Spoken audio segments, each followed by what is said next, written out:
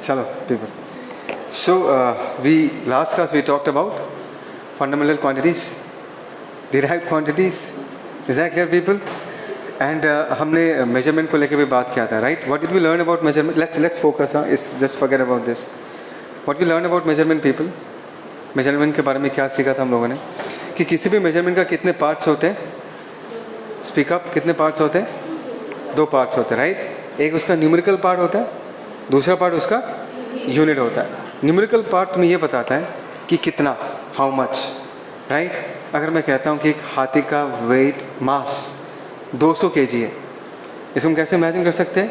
200 times of 1 kg. So this 1 kg is the standard unit and we see that in that particular elephant this 1 kg has been repeated 200 times. 200 बार repeat हो रहा है. So that is the reason हम उसका मास कितना कह रहे हैं? 200 kg कह रहे हैं, राइट. यहाँ तक हमने डिस्कस किया. आज जो हम टॉपिक डिस्कस करेंगे that is about fundamental and derived units. We talked about fundamental quantities, right. We talked about derived quantities. Now we shall talk about fundamental and derived units. Very simple. Fundamental quantities का जो units होता है, fundamental quantities का जो units होता है उनको हम क्या बुलाते हैं? Fundamental unit. हाँ, उसको फंडामेंटल यूनिट्स बुलाते हैं, राइट. एंड डिराइव्ड क्वांटिटीज का जो यूनिट्स होता है उसको हम क्या बोलते हैं? Derived units. As simple as that, right. देखो, इसमें समझने वाली बात क्या है कि फंडामेंटल क्वांटिटीज़ का यूनिट्स तो हमें पता है, राइट. मास का केजी, लेंथ का मीटर्स, टाइम का seconds. But we know that derived quantities are called as derived quantities because we derive them from fundamental quantities. Is that clear? तो अभी ये लॉजिक ना हम यूनिट्स में भी अप्लाई करेंगे कि अगर हमें फंडामेंटल यूनिट्स पता है, और फंडामेंटल यूनिट सिर्फ कितने सारे हैं? 9 ही तो है. 9 या 7? 7 फंडामेंटल क्वांटिटीज़ और 2 क्वांटिटीज़ को बाद में ऐड किया गया. You know about it? जिसको हम बोलते हैं सप्लीमेंट्री फंडामेंटल क्वांटिटीज़. ठीक है, वो 2 मैं दिखाऊंगा क्या क्या है. एक प्लेन एंगल है, एक सॉलिड एंगल है. बट ऑल टोटल जो तुम्हारा फंडामेंटल क्वांटिटीज़ का जो लिस्ट है, इसमें टोटल 9 फंडामेंटल क्वांटिटीज़ है. तो उनके 9 यूनिट्स भी होंगे. बात समझ में आया? इसके अलावा बाकी दुनिया में जितना सारा फिजिकल क्वांटिटीज़ है, ऑल फिजिकल क्वांटिटीज़, सुने हो ना सब लोग? All physical quantities can be deduced, derived from this fundamental quantities. तो उनका यूनिट्स भी हम कहाँ से डिराइव कर सकते हैं? फंडामेंटल क्वांटिटीज़ के यूनिट से डिराइव कर सकते हैं. किसका यूनिट? डिराइव्ड क्वांटिटीज़ का यूनिट. एक एग्जांपल लेके समझते हैं. देखो,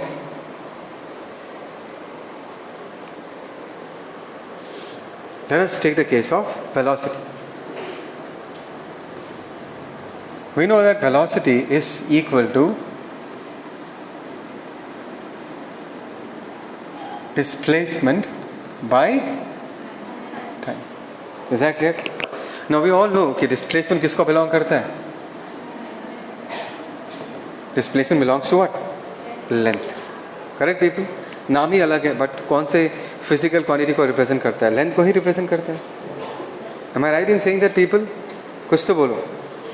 सो यहाँ पर हम वेलोसिटी को क्या बुलाएंगे? यहाँ पर हम वेलोसिटी को डिराइव्ड क्वांटिटी बुलाएंगे. क्यों डिराइव्ड क्वांटिटी बुलाएंगे? बिकॉज वेलोसिटी को डिफाइन करने के लिए हमने लेंथ और टाइम का मदद लिया.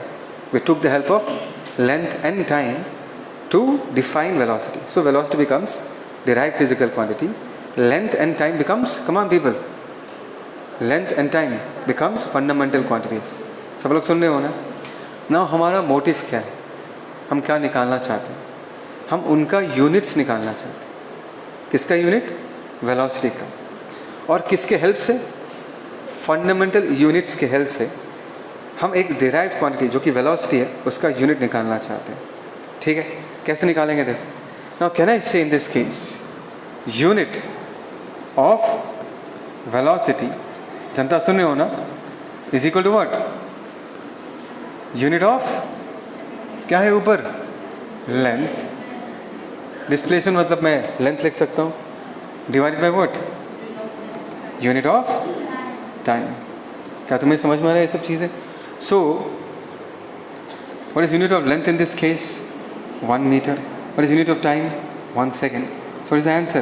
1 meter per second to the power minus 1. क्या तुम्हें ये बात समझ में आ रहा है मैं क्या कह रहा हूँ? श्योर। तो हमने यहाँ पर फंडामेंटल यूनिट्स का हेल्प लिया, मीटर का हेल्प लिया, सेकंड का हेल्प लिया, और उनको रीअरेंज करके हमने किसका यूनिट निकाला? Velocity. Is that clear people? इसका मतलब है कि अगर हमारे पास टोटल कितने सारे फंडामेंटल क्वांटिटीज़ है? 9 फंडामेंटल क्वांटिटीज़ है। एंड सो इंटरेस्टिंग, दुनिया में ना लाखों फिजिकल क्वांटिटीज़ है, लाखों डिराइव क्वांटिटीज़ है, पर अगर हमें सिर्फ इन 9 फंडामेंटल क्वांटिटीज़ का यूनिट्स पता है तो दुनिया में जितने सारे फिजिकल क्वांटिटी, लाखों फिजिकल क्वांटिटीज़ है, सबका यूनिट हम इन 9 फंडामेंटल यूनिट से डिड्यूस कर सकते हैं, डिराइव कर सकते हैं, निकाल के लेके आ सकते हैं। Is that clear people? अभी तो हमने वेलोसिटी का किया। Can you tell me what is the unit of momentum? ये ट्राई करके बताओ, करो एक बार, गिव इट ए ट्राई। एक बार पॉज करो, सामने बैठना पड़ेगा। So people, let's talk about momentum. तो सबसे पहले अगर हमें यूनिट डिराइव करना है तो मोमेंटम का फॉर्मूला क्या है? मोमेंटम, यस, कौन से फंडामेंटल क्वांटिटीज़ पे डिपेंड करता है वो हमें सबसे पहले निकालना पड़ेगा। Is that clear people?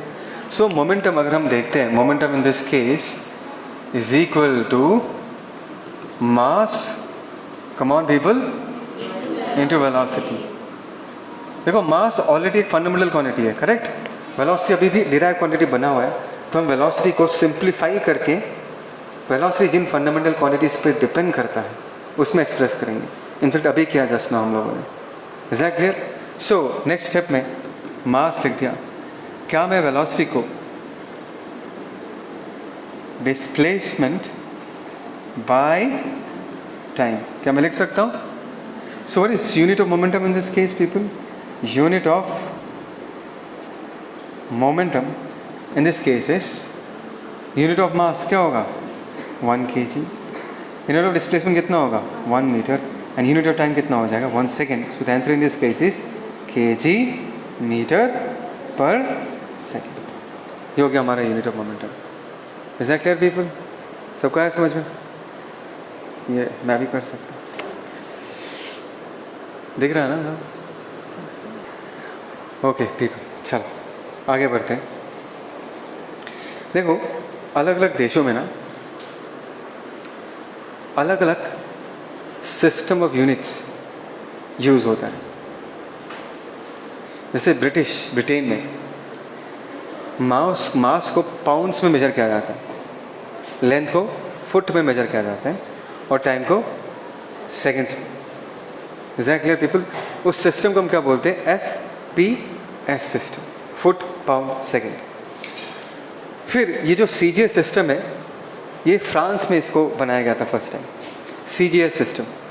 अगर हम इसको ओपन अप करते हैं तो क्या मिलेगा? Centimetre, gram and second. इसका मतलब क्या है? फ्रांस के लोगों ने ये डिसाइड किया कि वो लेंथ को कितने में मेजर करेंगे? सेंटीमीटर में, वेट को ग्राम्स में, और टाइम को सेकेंड्स में। Is that clear? So different people, different countries, they have their own system of units, right? वहाँ पर लेंथ का यूनिट वैल्यू कितना माना जाता है? 1 सेंटीमीटर। जिन देशों में FPS फॉलो किया जाता है, क्या फॉलो किया जाता है? Foot pound and second. उसमें लेंथ के यूनिट वैल्यू को क्या माना जाता है? 1 फुट माना जाता है। मास के यूनिट वैल्यू को क्या माना जाता है? 1 पाउंड माना जाता है। और टाइम के यूनिट वैल्यू को क्या माना जाता है? 1 second. Is it making sense people? समझ में आ रहा है? और एक सिस्टम, बहुत ही फेमस सिस्टम है पीपल, जिसको हम बोलते हैं MKS system. Is that clear people? MKS system मतलब metre, kilogram and second. Is that clear? ये कहाँ पर सेटअप हो गया था? ये भी एक फ्रेंच सिस्टम है, फ्रांस में ही ये बनाया गया था। And it is one of the most useful and easy systems to follow. मैं कुछ देर बाद बताऊंगा क्यों ऐसा। Is very obvious. यहाँ पर हम लोग लेंथ का यूनिट क्या मानते हैं? 1 मीटर, है ना? सॉरी, मास का यूनिट क्या मानते हैं? 1 kg। लेंथ का यूनिट 1 मीटर, और टाइम का unit 1 second. Metre, kilogram and second. Is that clear people? Okay. और लास्ट में आता है ये SI सिस्टम। हमने कल थोड़ा थोड़ा इसको लेकर बात किया था। मैंने कहा था कि अगर हमें एक देश को दूसरे देश के साथ ट्रेड करना है या कोई डाटा शेयर करना है या कम्युनिकेट करना है, मैंने एक एग्जांपल भी दिया था तुमको। तो जो सिस्टम ऑफ यूनिट्स फॉलो होना चाहिए, it should be same for both the countries. वो मार्स वाला कहानी याद है जो उन्होंने बताया था, स्पेस क्राफ्ट जो जल गया था। क्यों जल गया था? क्योंकि जो इंजीनियरिंग टीम था उन्होंने सारा डाटा फुट पाउंड सेकेंड्स में मेजर किया, और सारा डाटा जब उन्होंने सप्लाई किया, जिनको मिला वो डाटा, उनको लगा कि सारा डाटा मीटर किलोग्राम और सेकेंड में, जिसके चलते वो जो रॉकेट गया था, it entered the space at much lower angle, orbit में बहुत ही कम एंगल में एंटर किया था, जिसके कारण बिकॉज ऑफ सम फेलियर वो पूरा स्पेस क्राफ्ट जल गया। Because in order to avoid such kind of problems, तो ये माना गया कि जब भी ट्रेड होगा या इंटरनेशनल लेवल पे कभी भी जब कम्युनिकेशन होगा, तो जितने सारे देश इन्वॉल्व है, all of them are going to follow one single system of units. ठीक है, सिस्टम का नाम क्या है? SI system. इसका फुल फॉर्म है सिस्टम इंटरनेशनल है। क्या बोलते हैं इसको? सिस्टम इंटरनेशनल है, मतलब सब लोग फॉलो करते हैं। एंड एसआई सिस्टम में पीपल जस्ट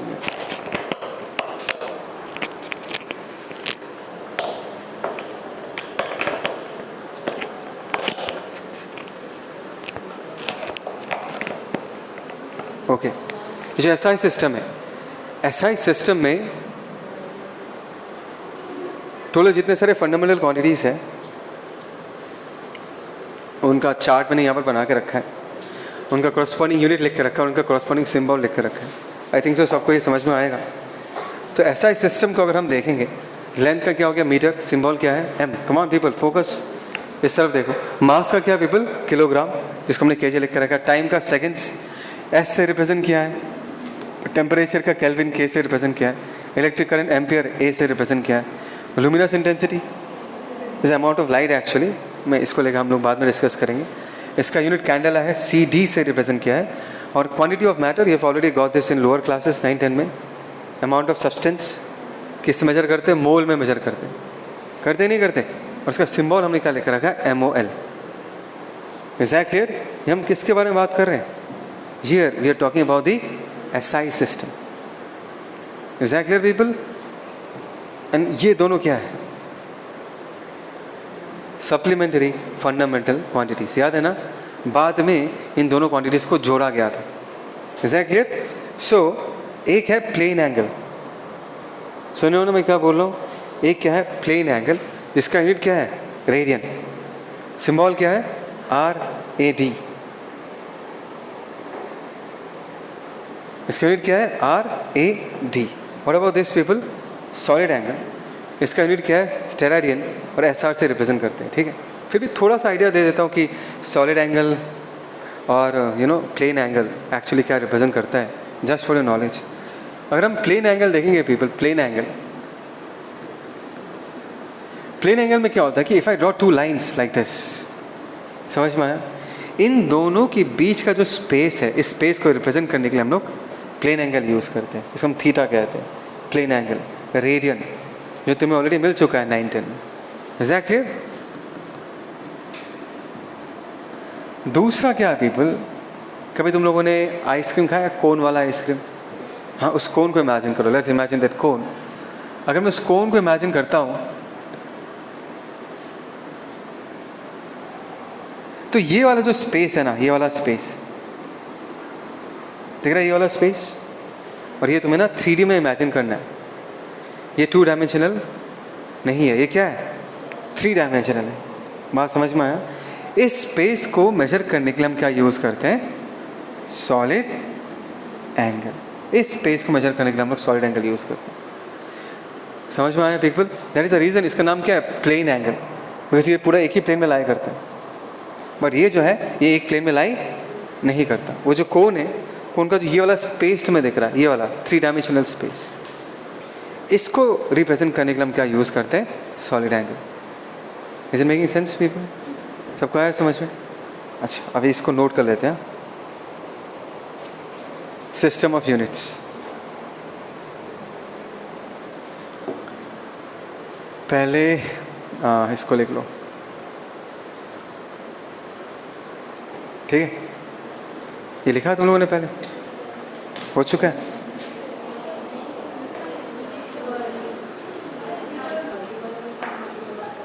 यस, मल्टीपल और सब multiple of 10। So people in this case, ये जो CGS सिस्टम है, MKS सिस्टम है और जो SI system, they are called as metric systems, and the reason behind calling them as metric systems is we can understand by looking at the way we can convert one unit into another unit. मैं दिखाता हूँ कैसे। For example, अगर मैं length को लेकर बात करता हूँ, मिली, सेंटी, डेसी, मीटर, डेका, उसके बाद भी जाएगा, मैं यहाँ तक रखता हूँ। Is that clear people? अभी हमें ये पता है कि अगर मैं एक बड़ी यूनिट को स्मॉलर यूनिट में कन्वर्ट करूँगा, तो अगर मुझे सेंटीमीटर को मिलीमीटर में कन्वर्ट करना है तो मुझे किससे मल्टीप्लाई करना पड़ेगा? 10 से। या अगर मुझे डेसीमीटर को सेंटीमीटर में कन्वर्ट करना है तो कितने से मल्टीप्लाई करना पड़ेगा? 10 से। कम ऑन पीपल, फोकस, बाद में लिखना याद है। मीटर को डेसीमीटर में कन्वर्ट करना है तो 10 से मल्टीप्लाई करना पड़ेगा। डेका को मीटर में कन्वर्ट करना है तो किससे मल्टीप्लाई करना है? 10 से। देखो पीपल, डेका को अगर डेसी में कन्वर्ट करना है तो किससे मल्टीप्लाई करना पड़ेगा? 100 से। डेका को अगर सेंटी में कन्वर्ट करना है तो किससे मल्टीप्लाई करना पड़ेगा? 1000 से। एंड अगर हम इन दिस केस हम एक बड़ी यूनिट को स्मॉल यूनिट में कन्वर्ट करें, बट अगर एक स्मॉल यूनिट को बड़ी यूनिट में कन्वर्ट करेंगे, सोचो मिली टू सेंटी कर रहे हैं, सो हम डिवाइड बाय क्या करेंगे? 10 करेंगे या नहीं? सेंटी टू डेसी करेंगे तो डिवाइड बाय क्या करेंगे? 10। लेकिन मिली टू डेसी करेंगे तो डिवाइड बाय हम क्या करेंगे? क्वांटिटी, बोलो जनता, डिवाइड बाय क्या करेंगे? 100। देखो पॉइंट क्या है? पॉइंट ये है कि अगर हम इन कन्वर्शंस को देखते हैं, if I see the conversions, may be from a smaller unit to a bigger unit, और may be from a bigger unit to a smaller unit, it is always multiple और सब मल्टीपल्स ऑफ 10। इज that clear पीपल? तुम्हें कोई अलग number याद रखने की ज़रूरत नहीं है। सोचो अगर ऐसा होता कि डेका टू मीटर के लिए 3 से मल्टीप्लाई करना है, मीटर से डेसी के लिए 5 से मल्टीप्लाई करना है, डेसी से सेंटीमीटर के लिए 3.4 से मल्टीप्लाई करना है, कैन यू इमेजिन ये कितना डिफिकल्ट हो जाता? तुम्हें हर कन्वर्शन के लिए याद रखना पड़ता कि इसके लिए 2 होगा, इसके लिए 3.4 होगा, इसके लिए 5 होगा। FPS सिस्टम ऐसा सिस्टम है जब हर एक कन्वर्शन का वैल्यू क्या है? अलग अलग है।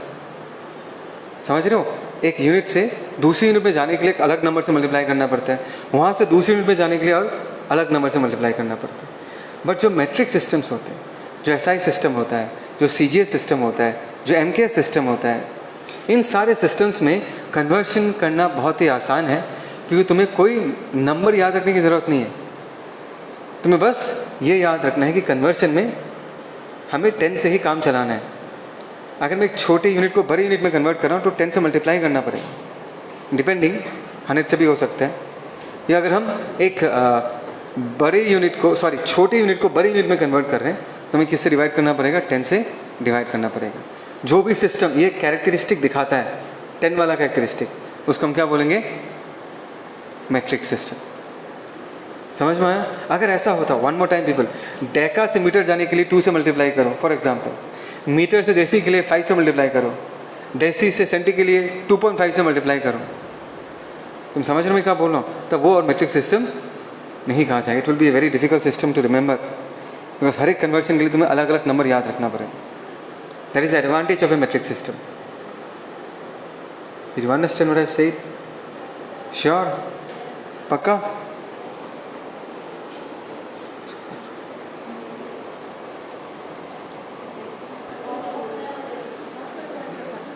प्ले किया मैंने अभी। हाँ, चलो पीपल यहाँ से नेक्स्ट वन देखो, सुनो ध्यान से, लिसन। हाँ, उसको बोला वो सो रही है यार।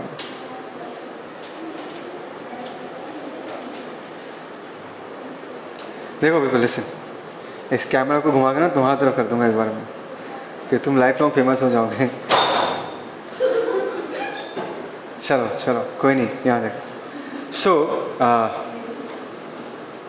मैं अच्छा, और एक इम्पॉर्टेंट बात, देखो, जब हम लोग फिज़िक्स पढ़ते हैं और जब हम अलग अलग क्वांटिटीज़ के साथ डील करते हैं, तो कभी कभी हमें बहुत बड़े क्वांटिटी के साथ डील करना पड़ता है, कभी कभी बहुत छोटे क्वांटिटीज़ के साथ डील करना पड़ता है। For example, we talk about distance between planets.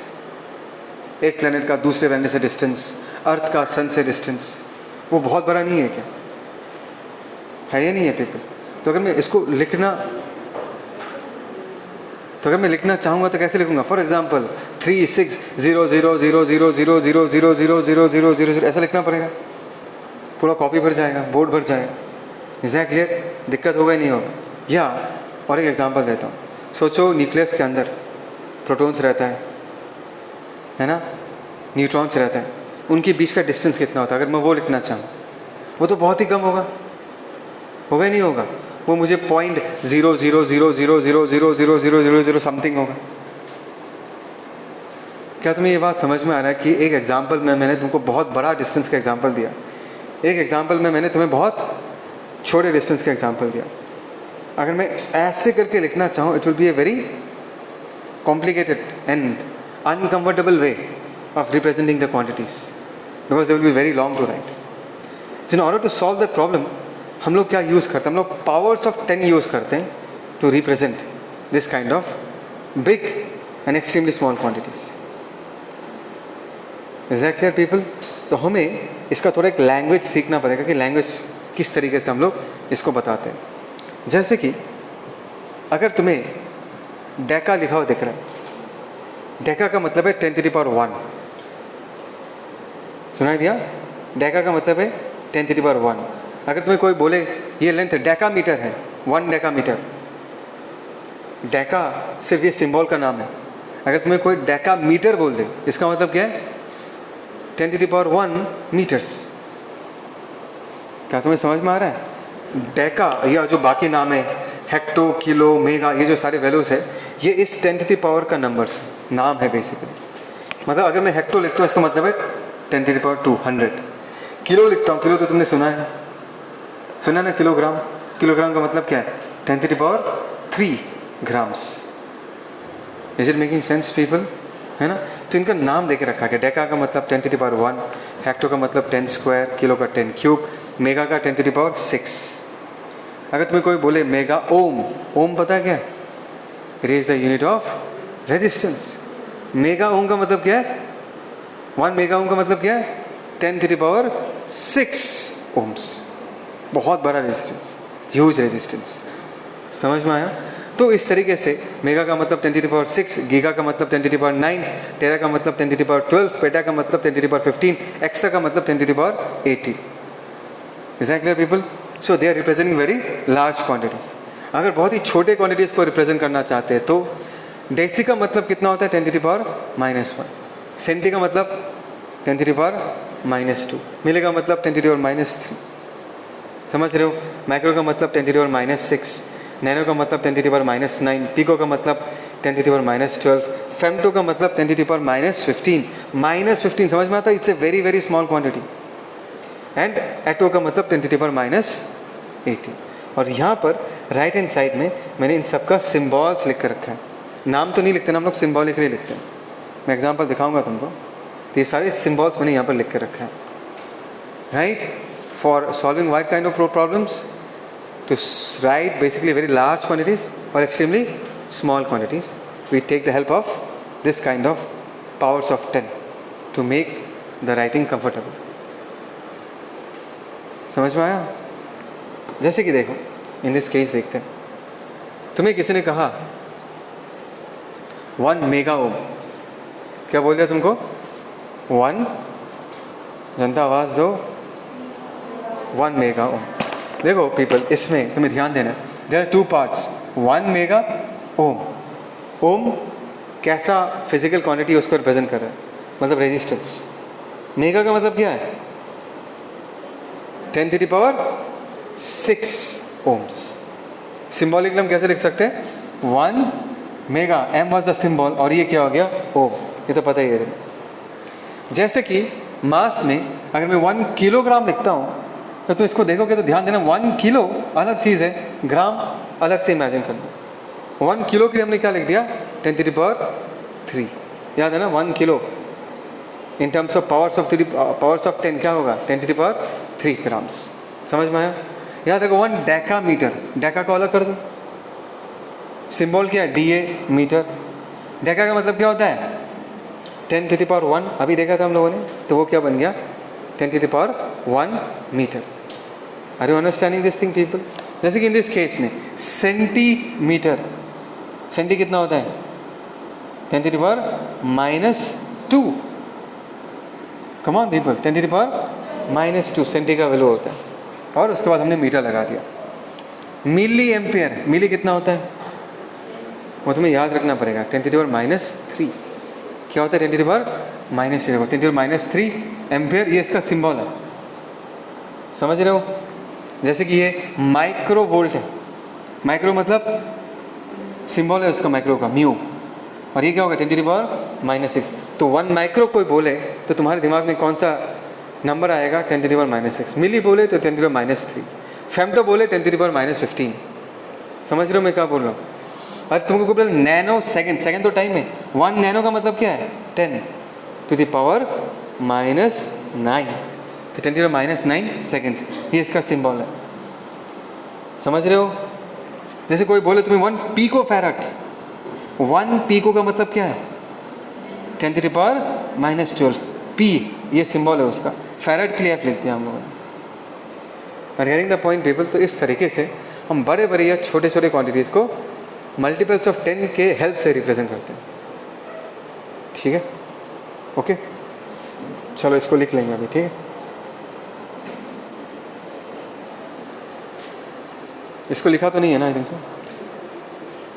चलो यहाँ से लिखना चालू।